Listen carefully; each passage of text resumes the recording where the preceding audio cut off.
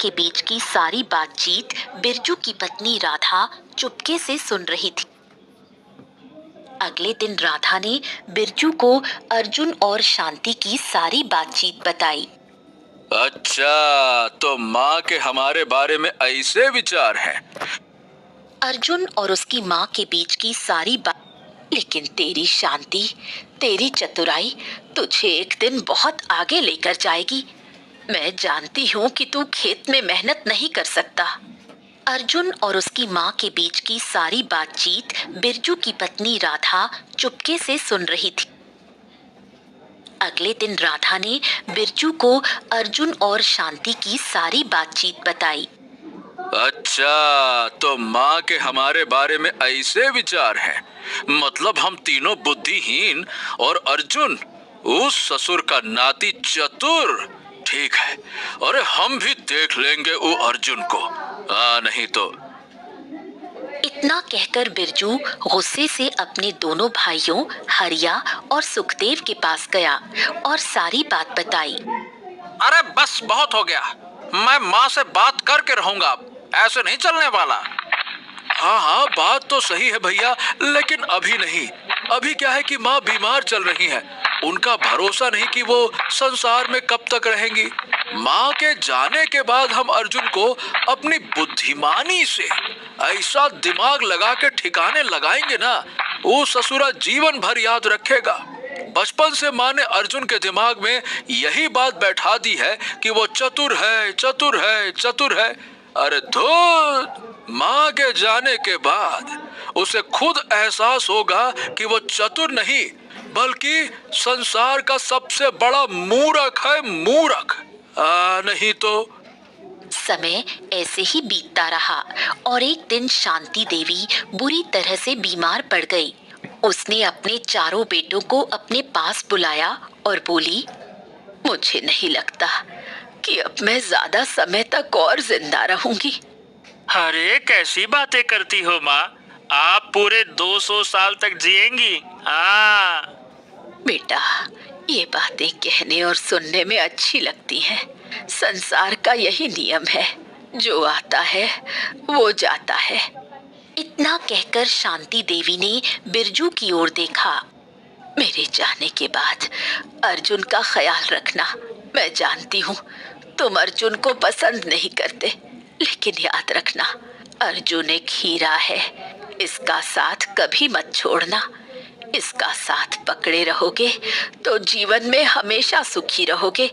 अपने छोटे भाई के प्रति अपने मन में कोई मलाल मत रखना। कुछ देर बाद तीनों भाई वहां से चले गए। अर्जुन अपनी माँ के पास बैठा रहा।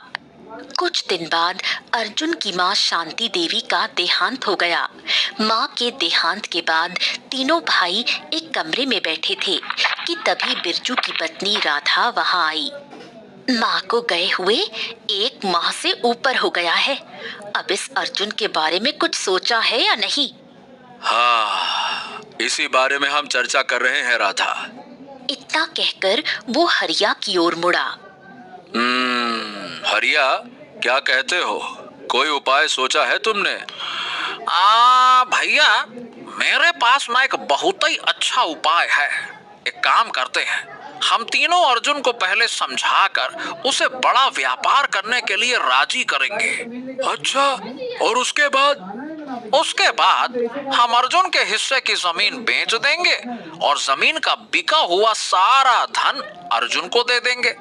फिर उसे राज्य में जाकर व्यापार करने को कहेंगे। और हमारे हाथ क्या लगेगा? अरे भाई, तुम तो वो बात कर रहे हो जो आगे जाकर सच हो ही जाएगी। अर्जुन तो भविष्य में जाकर यही करेगा ही करेगा, देख लेना। आगे की योजना तो तुमने सुनी ही नहीं सुखदेव, पहले पूरी बात तो सुनो। इतना कहकर सुखदेव आहिस्ता से अपने दोनों भाइयों को योजना बताने लगा। उसकी पूरी योजना सुनकर दोनों भाई खुश हो गए। अरे वारे वारे वारे हरिया, तूने तो कमाल कर दिया रे। क्या कमाल की बुद्धि पाई है। माँ तो बेवजह ही अर्जुन को चालाक समझती है। अरे क्या बुद्धि है रे, गजब। अरे गजब गजब गजब, असली बुद्धिमान तो तुम हो। वो ससुरा अर्जुन मूर्ख है, मूर्ख।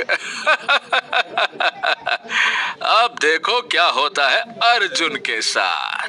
अगले दिन तीनों भाई अर्जुन के पास चले गए, जो खेत में उदास बैठा हुआ था। अपने तीनों भाइयों को देखकर अर्जुन चौंक गया। बिरजू की आंखें नम थी। अर्जुन, ए छोटे, मैं जानता हूँ कि तुम यही समझते हो कि हम तीनों भाई तुम्हें पसंद नहीं करते, है ना? माँ को भी यही गलतफहमी थी। क्यों छोटे, ऐसा ही था ना? और छोटे, हम तुझसे बहुत जरूरी बात करने आए हैं। तो हाँ भैया, आप लोग इतना दुखी, मतलब क्या हो गया? कुछ बात है क्या? बोलिए ना, क्या बात है? देखो अर्जुन, हम तीनों